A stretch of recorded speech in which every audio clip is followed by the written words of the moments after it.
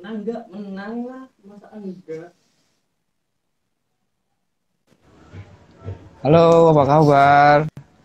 Halo, Ya, Gus. sorry telat. Iya, barusan bangun dan Oh, dan sama. masak. Gimana kabarnya? Apa yang bisa kita Alhamdulillah sehat diskusi? ini, Gus. Iya, sehat, Eh, sehat sekali. Halo semuanya. Alhamdulillah. Puasa-puasa ini penting ini karena nggak banyak orang yang berani kayak kamu itu. Wih, Biasanya kan apa manfaat puasa, malam Lailatul Qadar dan bagi saya itu apa namanya tuh mainstream ya. iya terlalu mainstream. Pembelaannya kurang, terlalu nggak tahu, terlalu menye-menye mungkin ya. Tapi bagiku apa yang digagas oleh kalian Gus Durian Semarang ini menurutku penting untuk melakukan pembelaan. Artinya begini. Bagiku kalau transgender bela transgender itu juga terlalu mainstream, terlalu mainstream. Hmm, terlalu Yang mainstream. diajarkan oleh Gus Dur itu adalah, menurutku ya, Gus Dur itu mengajarkan Gus Dur itu mengajarkan seseorang itu membantu atau membela orang-orang di luar identitasnya. Jadi kalau kamu NU Hmm, belain NU, biasa saja, gitu. biasa. Islam bela Islam biasa saja. Yang diajarkan Gus Dur itu begini. Gus Dur Islam, tetapi nuansa yang dibangun itu ia membela kelompok minoritas yang berbeda agama. Ia Jawa, tapi ia banyak membela orang yang bukan Jawa. Kayak gitu. Ia Hmm, Sunni, tapi ia membela orang yang Sunni. Sama dengan kita. Ia tidak pernah hidup, katakanlah nggak pernah digusur ya. Gus Dur kan hidupnya nggak pernah digusur. ya. Tapi ia melakukan pembelaan terhadap orang yang digusur. Bagiku, itu menurutku satu pelajaran penting bahwa menurutku menjadi Gus Durian itu adalah ia melakukan pembelaan terhadap orang yang di luar identitasnya. Ia lebih mementingkan orang lain ketimbang dirinya sendiri begitu. Nah, kayak kamu ini, ya kayak kamu ini menurutku oke itu. Jadi kan emang ini live streaming keempat, Gus. Ngabuburit bersama Gus Min yang Oke. keempat gitu, selama bulan Iya. puasa. Pertama Haha. emang kami bahas soal kasih sayang dalam hal Katolik. Kedua Hmm. bahas soal puasa. Tapi kajian Mm-mm. puasa ini sangat-sangat mendalam sekali, Gus. Sampai ke lingkungan hidup lah, sampai ke Oh ya, kesetaraan gender dan sebagainya gitu. betul Nah, betul itu. yang ketiga kemarin bahas soal kesetaraan gender kebetulan. Nah, yang ini yang Oke. keempat bahas transgender Ini dalam juga masuk. perspektif agama dan budaya gitu. Ini juga masuk di dalam kesetaraan gender. Iya. Jadi selama ini kan kesetaraan gender kan dimaknai binerik, laki dan perempuan. Ya, laki dan perempuan. Jadi kesetaraan gendernya itu masih berbasis organ perkelaminan. Hmm. Ini kesetaraan gender yang Oh. belum 4.0. Begitu. Ya, kesetaraan gender yang masih perempuan vis-a-vis terhadap laki-laki itu masih itu agak lama. Yang katakanlah kalau meminjam istilahnya Pak Jokowi misalkan revolusi mental 4.0 ini berarti keadilan gender 4.0. Keadilan gender 4.0 4.0. itu adalah menginklusi kelompok-kelompok LGBTIQ termasuk kelompok transgender. Begitu. Begitu. Oke. Nah, sebelum kita bahas lebih dalam dari sudut pandang perspektif agama maupun budaya, Mhm. kira-kira menurut Gusaan apa sih sebenarnya definisi transgender itu? Misal apakah bencong atau mohon maaf awaria dan sebagainya, banci bisa dikatakan transgender misal? Aku tidak tahu, tapi kami biasanya teman-teman di dunia LGBTIQ itu memiliki kemerdekaan di dalam mendefinisikan itu. Jadi yang menarik adalah yang saya pelajari di teman-teman LGBTIQ adalah mereka benar-benar eh, memiliki definisinya masing-masing berdasarkan pengalaman. Jadi di teman-teman yang katakanlah saya menyebutnya sebagai gender 4.0 itu otoritas ketubuhan seseorang itu menjadi utamanya. Ini sama-sama ya, misalkan aku sama-sama sama kamu pakai peci begitu ya, tapi caraku mendefinisikan itu berbeda dengan kamu. Nah, kalau aku, ya bisa jadi aku tidak benar seperti itu. Transgender itu adalah seseorang yang merasa dirinya, merasa dirinya memiliki identitas jenis kelamin yang tidak sama dengan organ reproduksinya. Bingung toh? Bingung toh? Nah, transgender itu begini. Jadi antara apa yang ada di dalam organ yang menempel di tubuhnya dengan pengakuan dirinya itu nggak match. Contoh begini. Biasanya, akulah misalkan. Aku ini kan memiliki penis. Seluruh Jombang akan menyebutku, Aanan Sori itu adalah laki-laki. Dan kebetulan aku mengakui diriku ya laki-laki. Jadi matching. Jadi antara organ reproduksi dalam bentuk penis itu dengan persepsi orang bahwa yang memiliki penis itu adalah laki-laki, itu matching. Jadi aku antara organ tubuhku, organ reproduksiku dengan persepsiku, kedirianku itu matching. Tapi tidak semua orang. Nah, ini namanya cisgender. Ya, ini namanya cisgender. Tulisannya cisgender. Jadi kayak kamu, iya, bacanya cisgender. Jadi kayak kamu misalkan, kamu memiliki penis, insya Allah, dan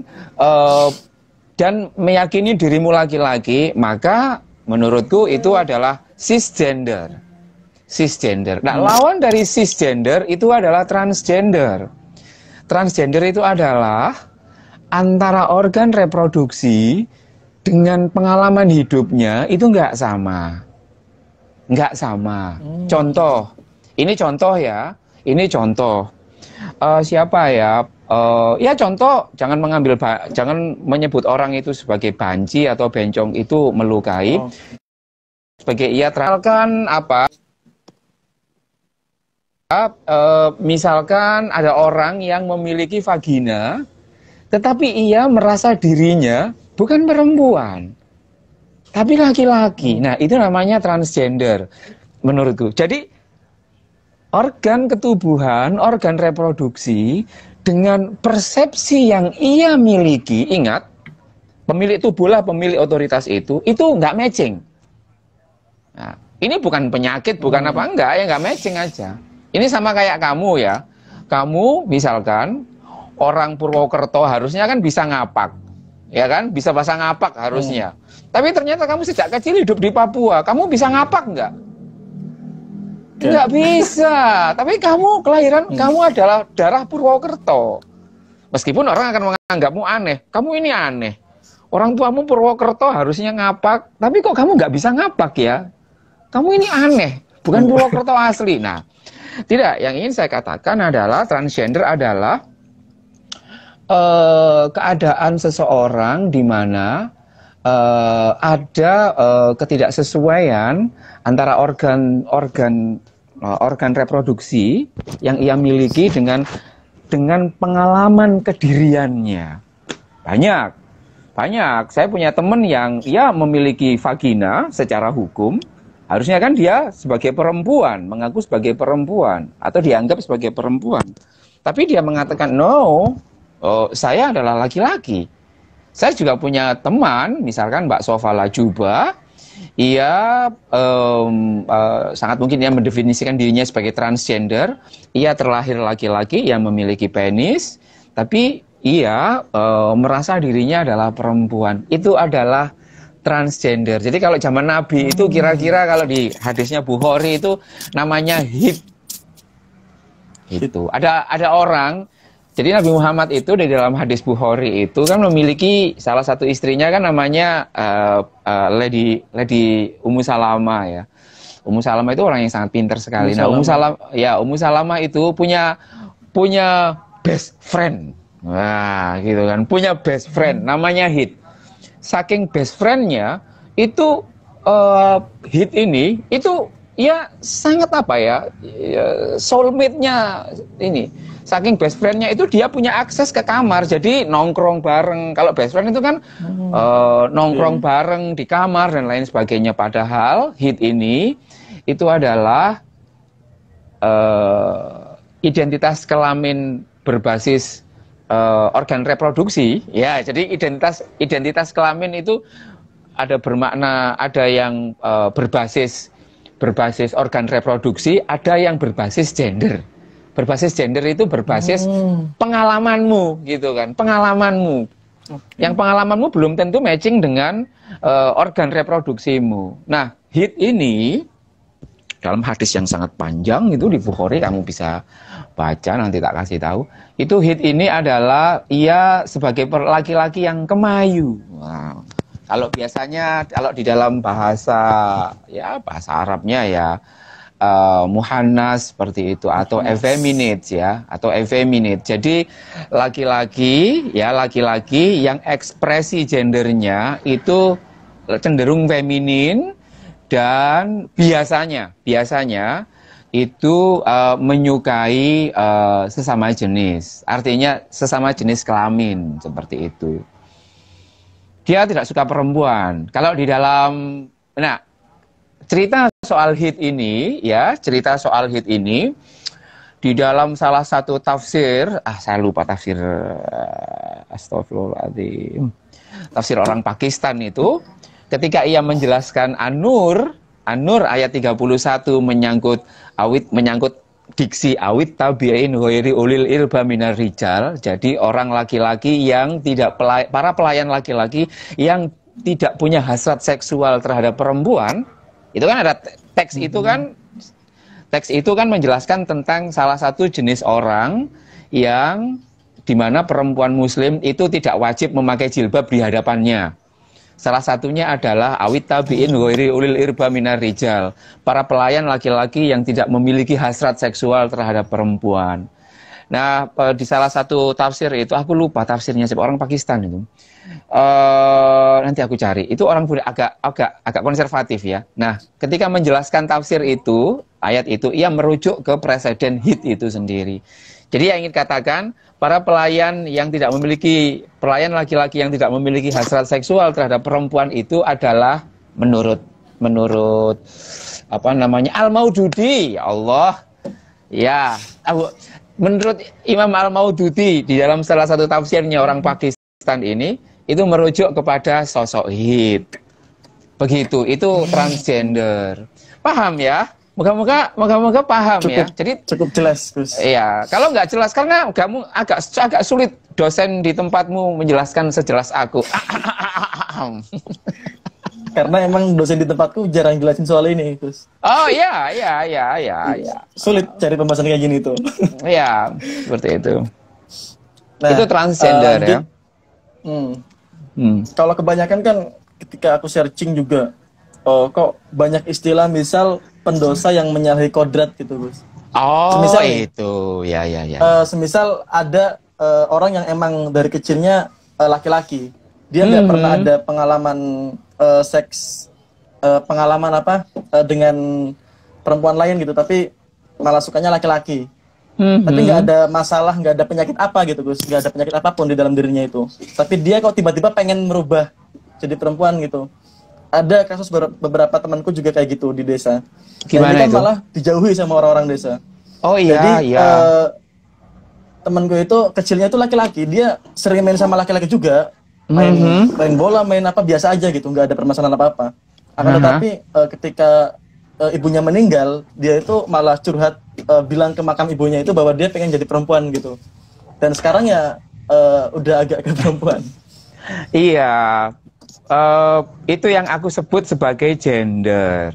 Gender itu kan artinya macam-macam. Gender salah satu yang aku pahami itu adalah pengalaman personal seseorang menyangkut siapa sesungguhnya dirinya. Apakah ia laki-laki, apakah ia perempuan, dan lain sebagainya. Jadi, kalau kamu bertanya kepada orang apa jenis kelaminmu, itu tersedia dua pertanyaan. Pertama adalah what is your sex? Itu artinya apa jenis kelaminmu? Yang kedua, what is your gender? Apa jenis kelaminmu? Paham ya? Kalau kamu bikin akun di Gmail, ketika menjelaskan jenis kelamin, Google kalau dalam bahasa Inggris tidak akan menggunakan sex, S-E-X. Tapi ia menggunakan gender. Apa bedanya gender dan seks? Kalau what is your sex itu adalah apa jenis kelaminmu menurut organ reproduksimu. Jadi kalau temanmu itu ditanya what is your sex, dia akan melihat aku punya penis atau punya vagina.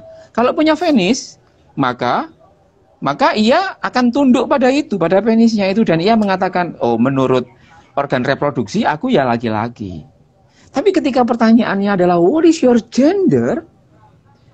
Apa jenis kelaminmu menurut pengalamanmu sendiri? Tidak hanya sebatas soal organ reproduksi, tapi menurut pengalaman hidup. Ia bisa jadi akan mengatakan I'm woman.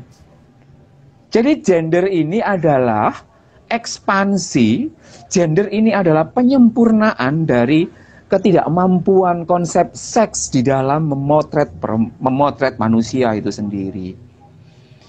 Kita ini kan didoktrin seperti ini ya. Kita ini didoktrin seperti ini. Kalau kamu punya penis, maka kamu didoktrin meyakini dirimu laki-laki. Karena kamu harus meyakini dirimu laki-laki, maka kamu harus tampil maskulin, tampil gagah, tidak boleh ngelembeng, tidak boleh kemayu. Ya, itu dua doktrin. Doktrin yang ketiga, karena kamu punya penis, maka kamu harus merasa dirimu laki-laki dan kamu harus tampil maskulin dan kamu harus menyukai perempuan. Itu doktrinnya. Doktrinnya. Bisa jadi benar, bisa jadi tidak. Kalau aku benar, iya. Dan yang doktrin yang kelima, itu adalah kamu harus bisa membuai, bisa reproduksi. Lihat doktrinnya itu. Padahal realitasnya bahwa orang yang memiliki penis belum tentu, aku ingat ya, belum tentu merasa dirinya sebagai laki-laki. Buktinya banyak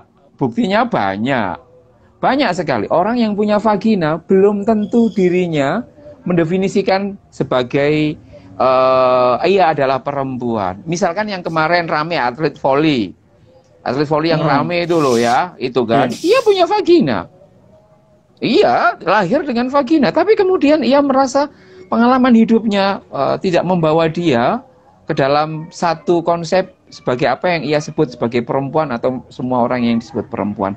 Nah, rezim yang mendoktrin ini, kemudian rezim yang mendoktrin seperti ini, membuat aturan-aturan seperti ini, kemudian karena punya motivasi tertentu, lalu membuat semacam hukuman bagi orang-orang yang tidak tunduk kepada instrumen ini. Instrumen ini itu adalah instrumen kalau kamu punya penis, kamu wajib menerima dirimu laki-laki. Kalau kamu laki-laki, kamu harus maskulin, tidak boleh feminin. Kalau kamu maskulin, berarti kamu harus suka pada lawan jenis. Begitu juga dengan yang punya vagina. Nah, bagi orang-orang yang dianggap melanggar seperti ini, maka ia akan melabeli, rezim ini akan melabeli dirinya, melabeli orang itu sebagai yang sakit, sebagai orang yang tidak mensyukuri nikmat, tidak mensyukuri melawan kodrat, tidak, dan lain sebagainya. Kenapa kok rezim ini terobsesi dengan seperti itu? Rezim ini adalah rezim yang sangat mengagungkan reproduksi. Sangat mengagungkan reproduksi itu adalah apa? Mereka terobsesi beranak pinak. Beranak pinak sih tidak ada masalah. Yang salah itu adalah ketika seseorang menganggap bahwa yang memiliki anak secara biologis itu dianggap lebih tinggi derajatnya dengan orang yang tidak memiliki anak, baik sengaja atau tidak. Jadi yang salah adalah cara pandangnya, menganggap dirinya itu lebih tinggi. Jadi kan ada orang yang mengatakan bahwa orang yang memiliki anak derajatnya lebih tinggi ketimbang orang yang mandul. Padahal di dalam Al-Quran, misalkan di surat Asy-Syura ayat 49, ayat 50 itu Gusti mengatakan bahwa Gusti juga bisa membuat orang itu mandul. Gusti juga bisa membuat orang itu bisa melahirkan laki-laki, bisa melahirkan perempuan, atau bisa melahirkan keduanya, dan bisa juga melahirkan itu mandul.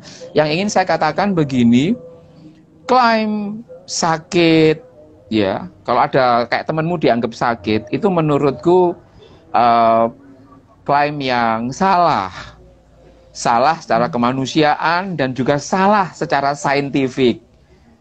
Kalau ada orang yang mengatakan bahwa orang transgender itu orang yang cacat, saya ingin mengatakan justru yang ngomong cacat itu cara berpikirnya itu yang cacat. Menurutku seperti itu. Mereka nggak cacat. Orang transgender, orang gay, itu adalah orang yang normal, senormal kita. Mereka hanya berbeda dengan kita.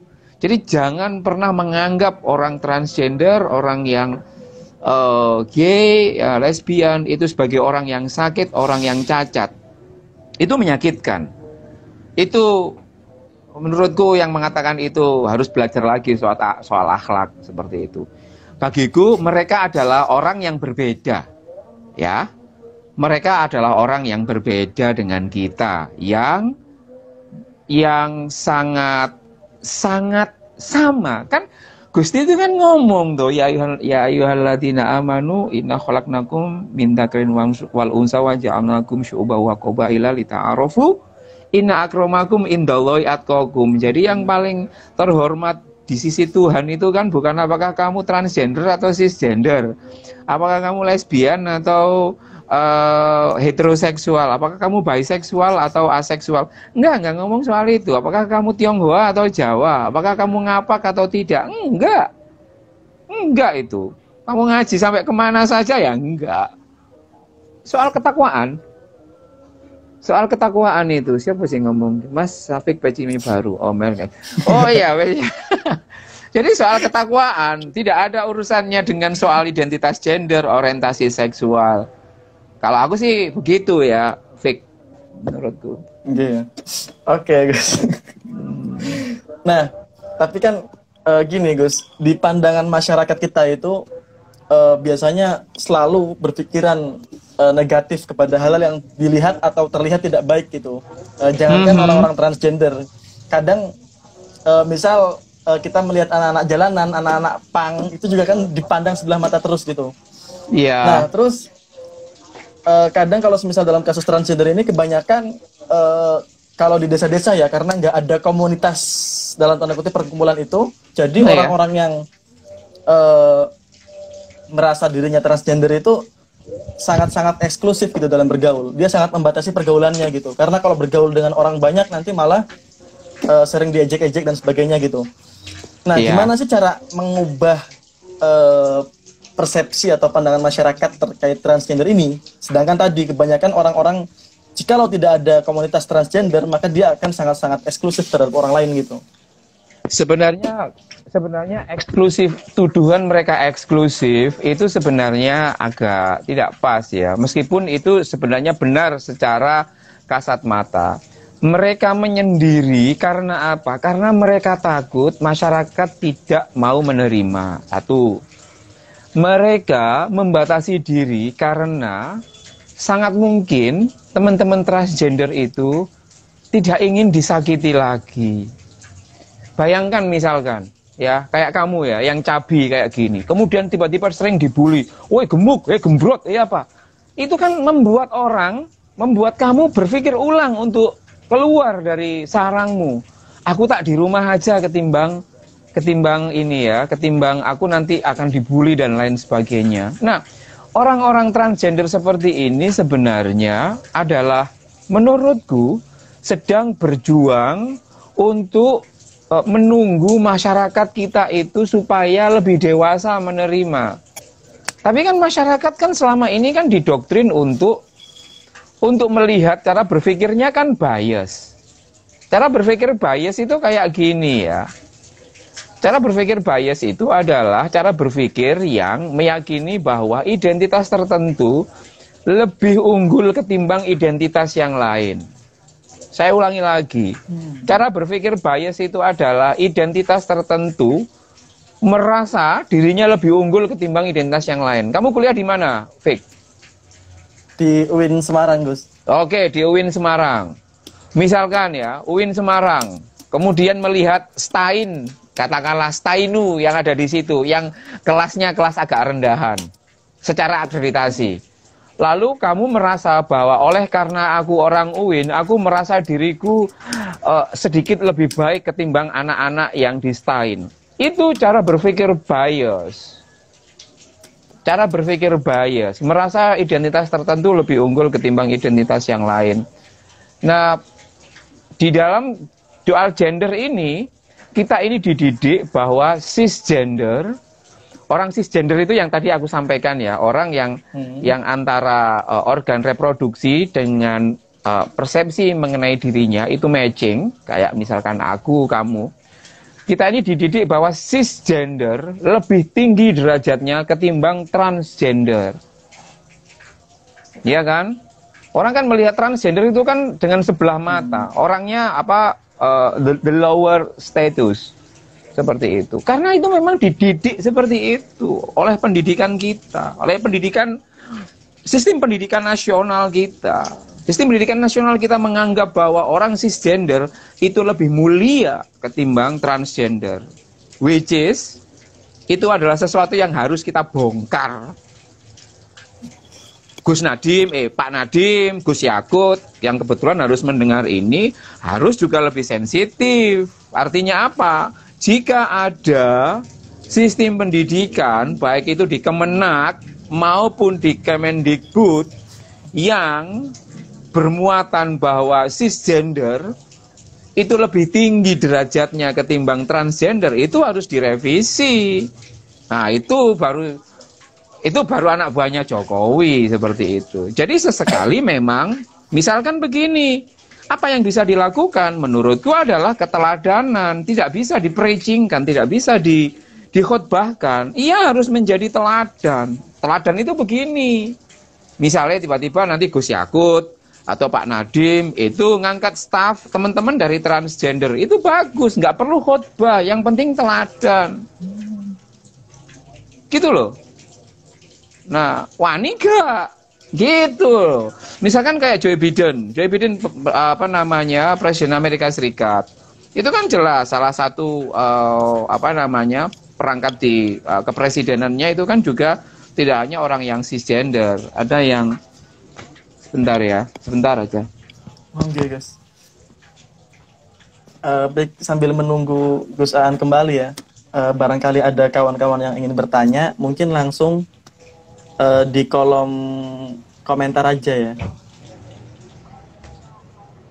Kita paling sampai jam soalnya 17.15. Pak Mandi penuh. Menurutku teladan ya, teladan. Teladan yang paling penting itu adalah Gus Dur. Gus Dur ya. Gus Dur itu kan keren, Pak. Gus Dur di tahun 2016, waktu itu kalau nggak salah dibawa oleh melalui perantara Mbak Sunia Ruhama. Mbak Sunia Ruhama ini setauku juga. Mbak Sunia itu Gus Dur diundang untuk hadir dalam kontes kecantikan Ikatan Waria Indonesia. Gus Dur hadir. Keren itu. Gus Dur nggak kowar-kowar, apakah itu dosa atau tidak dosa dan lain sebagainya. Ia hadir. Ya. Bayangkan kalau itu dilakukan oleh Pak Jokowi, dilakukan oleh Kiai Ma'ruf Amin, dilakukan oleh Yai Said, dilakukan oleh Gus Mus, dilakukan oleh Habib Quraisy Shihab, dilakukan oleh Gus Baha, dilakukan oleh Gus Miftah. Gitu loh. Jadi berhentilah ngetopros omongan ini baik ini salah, enggak. Berikan teladan. Sama seperti Gus Dur. Gitu loh. Jadi kalau misalkan kan kalau kita belajar Imam Ghazali ya dalam kalau nggak salah di Bidayatul Hidayah. itu kan ngomong tuh, lisanul hal afsahu min lisanil maqal. Dakwah dengan tindakan itu lebih keren ketimbang dakwah dengan omongan. Jadi dakwah dengan omongan, dengan cocot seperti yang kita lakukan, itu sebenarnya biasa-biasa saja. Biasa aja. Biasa aja. Tapi yang keren itu adalah dakwah bilhal. Seperti Gus Dur, seperti Kanjeng Nabi. Kanjeng Nabi tidak melarang Ummu Salamah, ya. Kanjeng Nabi tidak melarang Ummu Salamah untuk bergaul dengan Hind. Ya, pada satu titik aja di cerita Bukhari itu ada kesalahpahaman menurutku sehingga Hind diusir. Tetapi sebelum itu Ummu Salamah diperbolehkan untuk bermain dengan Hind. Nah, aku membayangkan seperti ini.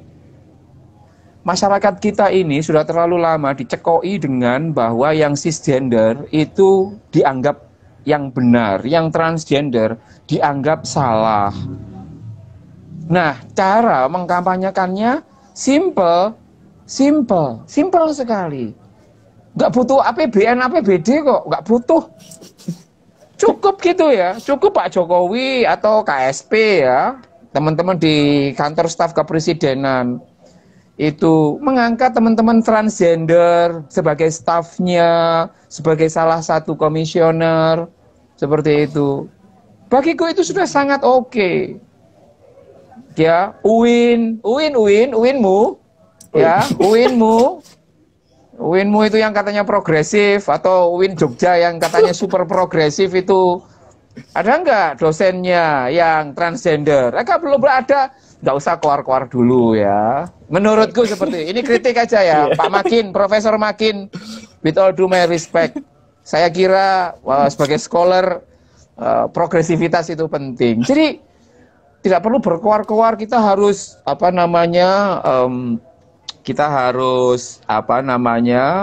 melakukan ukhuwah basariyah dan lain sebagainya. Lalu pada prakteknya cara berpikir kita masih bias kok.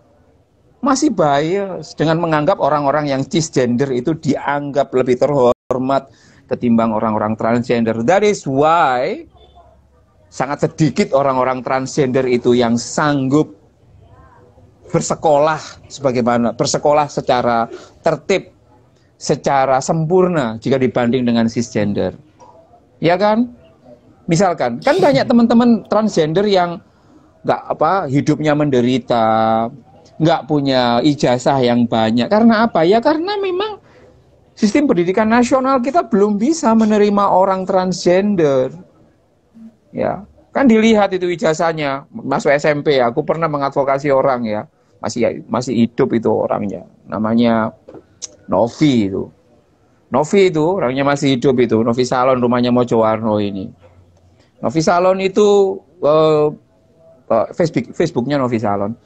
Novi Salon itu kemana-mana di Jombang dia pengen kuliah ya, dia daftar ya, dia ngaku-ngaku daftar ke Stikip, daftar ke hampir perguruan tinggi yang ada di Jombang itu, nggak diterima. Soalnya apa? Iya dandanannya perempuan, tapi ijazahnya laki-laki. Jadi ketawain sama yang nggak paham itu, karena di kampus yang seperti itu mikir kalau kamu di sini laki-laki, maka you have to dress up just like a male, not female. Jadi kata siapa pakaian itu tidak penting di dalam konstruksi untuk mendiskriminasi orang. Cara berpakaian itu menentukan kamu bisa diterima di sebuah kampus atau tidak. Nah, untuk Novi itu tidak diterima. Akhirnya apa? Akhirnya waktu itu saya ketemu Ning Eyi, rektor waktu itu tahun 2010 ya. Ning Eyi itu siapa namanya? Ya Ning Eyi Universitas Darul Ulum. Itu rektorku. Kemudian Ning Eyi bilang, "Oke, Mbak Novi silahkan masuk di sini." Dia Novi kemudian masuk psikologi. Dan dia adalah pertama kali dalam sejarah dunia pendidikan tinggi di Jombang, seorang transgender beneran ya, bukan gay, bukan lesbian, itu dia bisa kuliah di perguruan tinggi Darul Ulum loh ini, Islam loh. Dan dia bisa berdandan seperti apa yang ia inginkan. Ia tidak dipaksa untuk menjalani dan tertentu. Bagiku begini, cara mendorong konstruksi masyarakat itu sebenarnya mudah sekali. Mengamini apa yang dikatakan oleh Hujjatul Islam, Imam Ghazali itu kan, lisanul hal afsahu min lisanil maqal, kang ngongkon kang nglakoni. Bagiku ya kang ngongkon nglakoni. Kalau kita ngongkon orang untuk memperlakukan orang itu secara sejajar, maka ya kita harus melakukan itu. Kan di dalam Gus Durian itu kan kita didoktrin kayak gini toh, Fik. Perlakukanlah orang lain sebagaimana kita ingin diperlakukan. Itu kan the golden rule-nya Gus Durian toh. Kalau kamu tidak ingin didiskriminasi, maka jangan mendiskriminasi orang. Kalau kamu mendiskriminasi transgender, sebenarnya kamu itu sebenarnya juga siap didiskriminasi. Jadi menurutku itu sangat penting. Nah, aku menunggu sih sebenarnya kampus-kampus besar yang tadi aku sebutkan seperti itu mampu untuk melakukan pendidikan yang inklusif ya, terutama kampus-kampus Islam ya. Kan kita ini kan didoktrin meyakini bahwa wa ma arsalnaka illa rahmatan lil alamin, bahwa aku tidak utus engkau Muhammad dan ini sebagai rahmat. Tapi pada teman-teman transgender, oh, di mana itu rahmatnya sih? Oke. Nah, mungkin ini pertanyaan terakhir ya Gus, sekaligus mungkin agak inti dari tema kita. Karena memang biasanya hanya sekitar 45 menit sampai 1 jam gitu. Oke. Menurut Gusan sendiri, jadi gini, kalau aku secara pribadi itu pernah punya pengalaman ke pesantren waria di Jogja. Iya, Bu Sinta. Mbak Sinta, iya. Mbak Sinta, kebetulan ketemu langsung sama beliau. Baru bulan kemarin, Gus. Baru bulan Maret kemarin. Nah, di situ kan kadang agak bingung juga, semisal kita membedakan mana sih kalau dalam Islam ada batasan-batasan ketika megang Quran misal. Iya. Atau ketika soal pakaian, soal apa? Apa itu jenenge? Soal aurat. Misal ketika sholat ataupun ketika misal megang Quran dan sebagainya gitu. Dan di situ kan agak random gitu, Gus. Di pesantren itu tak kira pakai pakaian apapun juga bisa mengaji gitu. Iya. Dan mungkin apakah misal konsep pesantren waria ini bisa lebih dikembangkan, dan seperti tadi ya, tak kira dalam Islam sekalipun, dalam pendidikan tinggi sekalipun, dalam kampus sekalipun, banyak dosen-dosen yang sangat-sangat tidak ramah gender, apalagi ramah transgender gitu. Oh iya, kita diajarkan dalam banyak gimana ya? Bagi saya secara pribadi sangat-sangat tidak diajarkan kesetaraan ya di situ ya. Nah, sebenarnya dalam Islam sendiri, dalam agama Islam sendiri itu memandang istilah transgender itu bagaimana, Gus? Mau Islam klasik atau Islam modern? Islam klasik atau Islam modern? Dua-duanya langsung. Kalau yang didoktrinkan ke aku kan Islam klasik. Islam klasik itu kan, ada strata sosial toh berdasarkan jenis kelamin. Perempuan level yang paling rendah, ya, harus kita akui itu rendah. Yang kedua adalah waria. Yang ketiga laki-laki. Ya, ini misalkan dalam contoh sholat itu, jadi sekuat apapun kita mengamini dan meyakini bahwa Islam itu sebenarnya rahmatan lil alamin dan kesetaraan, tetapi kita juga harus mengakui bahwa kita setara atau tidak itu sangat bisa dilihat dari ritual kita kok. Ya. Sampai kemudian belum ada terobosan bahwa perempuan itu bisa ngimami laki-laki, atau pengimaman, imam dan makmum itu tidak melulu berbasis identitas kelamin, tapi berbasis kealiman, berbasis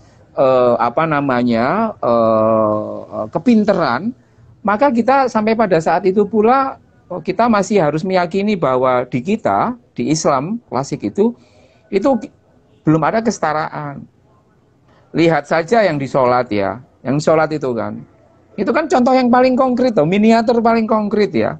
Bagaimana cara pandang klasik itu sendiri. Jadi cara pandang klasik itu masih membagi bahwa menurutku ya di dalam konteks sholat, kemudian konteks akikah.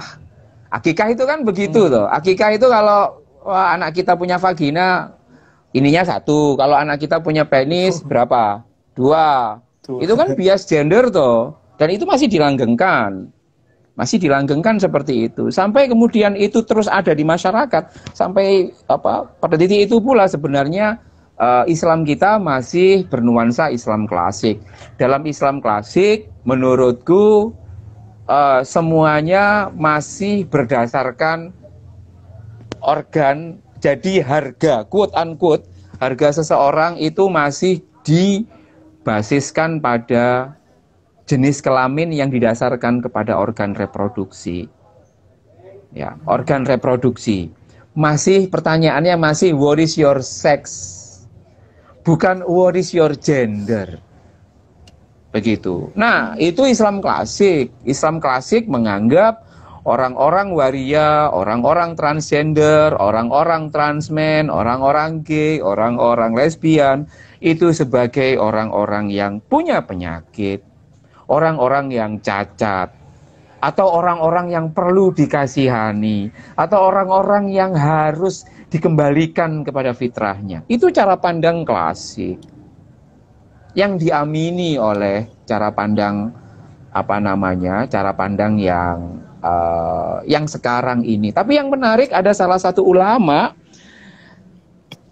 namanya Al-Aini, ia mensyarahi salah satu kitab Bukhari,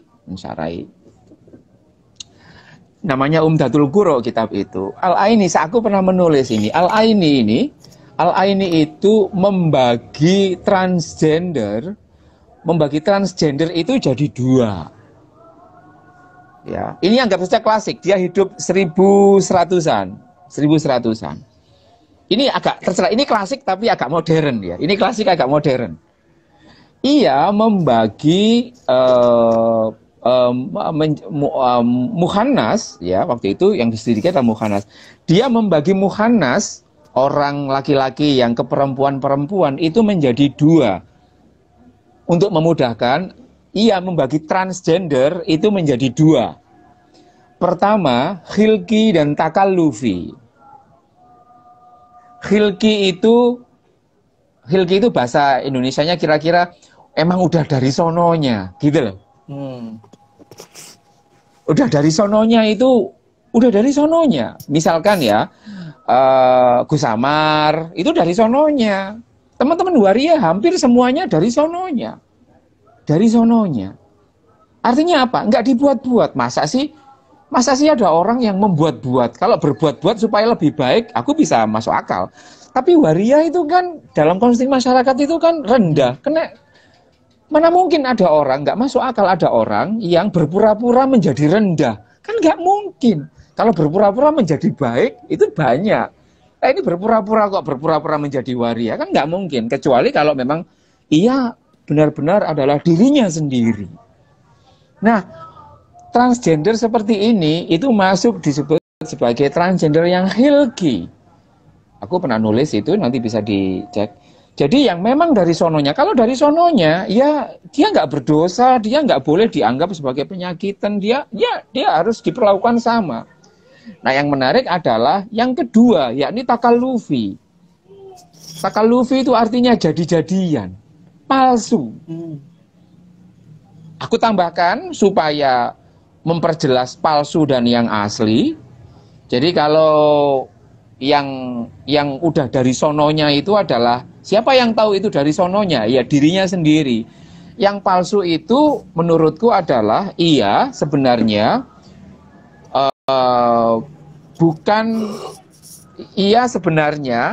iya sebenarnya katakanlah kalau dia laki-laki, iya sebenarnya dia berpose seperti perempuan, tapi sebenarnya untuk kepentingan atau untuk kebutuhan yang melanggar hukum.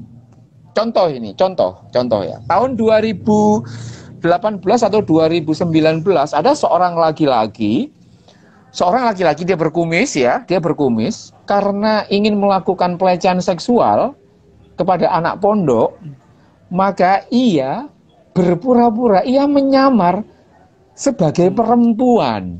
Dia memakai jilbab, dia memakai cadar. Itu ada di Jember. Aku masih simpan clippingnya. Jadi kayak aku sebenarnya perempuan, laki-laki cisgender. Tapi karena aku misalkan ingin melakukan kejahatan seksual di asrama perempuan, maka untuk mempermudah caraku ke sana, kalau aku masuk dengan menggunakan laki-laki kan tertolak nih. Maka yang aku lakukan adalah aku berpura-pura menjadi perempuan. Inilah yang disebut dengan takallufi. Ia berpura-pura ia berpura-pura menjadi orang lain untuk kepentingan merugikan orang. Ini yang nggak boleh. Seperti itu. Jadi menurutku sebenarnya itu konsep yang klasik. Kalau konsep yang modern, konsep Islam yang modern itu adalah konsep Islam yang ramah terhadap ilmu pengetahuan, yang ramah terhadap apa yang disiplin ilmu sekarang namanya SOGSC, Sexual Orientation, Gender Identity and Expression, and Sexual Characteristic. UN pakai itu. Jadi ya kalau menggunakan Islam yang modern, ya Islam yang ramah terhadap gender yang SOGSC itu. Sehingga kalau bertemu dengan teman-teman transgender, ya kami akan memanggil dia Mbak. Dan kalau dia mempersepsi dirinya perempuan, maka kami juga akan mempersepsi dirinya adalah perempuan. Kami akan memperlakukan dia sebagaimana ia ingin diperlakukan. Seperti itu. Saya kira itu ya, udah hampir 1 jam ini. Ini ada satu pertanyaan itu tadi Gus, ada kaitannya dengan Islam modern sih itu. Jadi ya, dalam Islam modern itu menghalalkan LGBT gitu ya Gus? Pertanyaan seperti itu. Bukan menghalalkan LGBT, memanusiakan manusia. Gitu loh. Memanusiakan manusia. Kalau kamu yang tanya itu, kalau kamu misalkan suka perempuan, lalu tak paksa untuk suka laki-laki atas nama agama, itu gimana perasaanmu? Jadi memanusiakan manusia itu adalah menempatkan manusia itu sebagai manusia itu sendiri, sesuai dengan orang itu, bukan sesuai dengan pikiran kita. Kita kan sebenarnya kan ingin memaksakan kan. Jadi kalau saya menganggap laki-laki itu harus suka dengan perempuan. Sehingga apa? Pikiran saya ngeblok kalau ada laki-laki, suka laki-laki. Maka orang itu saya paksa sesuai dengan pikiran saya. Kalau Islam modern enggak. Kalau Islam modern itu dilihat. Ilmu pengetahuan bilang apa? Ilmu pengetahuan mengatakan bahwa ada laki-laki yang tidak suka dengan perempuan. Jangankan ilmu pengetahuan, Al-Quran itu sudah pernah ngomong seperti itu, bahwa ada jenis kelamin laki-laki yang tidak memiliki hasrat seksual terhadap perempuan. Ada itu. Dan tidak diminta untuk berubah. Kayak gitu. Jadi bukan menghalalkan LGBT, itu Al-Quran is speaking for itself. Ya, tafsirnya bisa macam-macam. Aku tidak mengklaim bahwa tafsirku yang paling benar. Ada juga, silakan menafsirkan yang lain. Tetapi di dalam An-Nur 31 itu sangat jelas bahwa para pelayan laki-laki yang tidak mempunyai hasrat seksual terhadap perempuan itu perempuan-perempuan muslim tidak apa-apa, tidak berjilbab di hadapan mereka. Jadi menurutku menghalalkan LGBT itu adalah sebagai konsekuensi logis, bisa jadi karena kita memanusiakan manusia itu sendiri sebagaimana perintah dalam Al-Quran. Menurut saya seperti itu. Saya nggak tahu apakah ini benar atau tidak, tetapi kebenaran itu hanya milik Allah Subhanahu wa Ta'ala. Saya kira itu ya, Safik. Siap. Baik, matur suwun Gus atas waktunya. Ini Thank you di ya. situ kayaknya udah ada ya Gus. Iya, udah. Aku lapar banget. Sudah ada. Oke, baik. Aku nggak bisa nyimpulin ya Gus. Cuma mungkin ada sedikit quotes ya seperti biasa. Atau gimana? Tak kira dari pembahasan tadi ya. Iya. Menurut saya sih hakikatnya manusia semua setara ya Gus. Dengan Oh, manusia iya. yang lainnya gitu. Setara. Perbedaan setara Ketakwaan. banget. Ketakwaan. Oke. Soal ketakwaan. Ya. Ketakwaan itu bukan kamu sholat pakai baju apa. Itu bukan ketakwaan loh ya. Iya. Auratmu sebelah mana. Itu bukan ketakwaan itu. Bukan hanya itu. Siap. Ketakwaan itu adalah bagaimana kita memperlakukan tunduk kepada keputusan-keputusan Gusti dalam arti menjadi rahmat bagi orang lain. Itu takwa itu yang menjadi rahmat bagi orang lain menurutku. Siap Gus. Oke, ya. Selamat berbuka puasa. Thank you, Gus, terima ya. kasih. Thank Matur you. suwun. Matur Kurang lebihnya mohon suwun. maaf. Wassalamualaikum Gimana ini? warahmatullahi wabarakatuh. Waalaikumsalam. Ya, thank you. Terima kasih.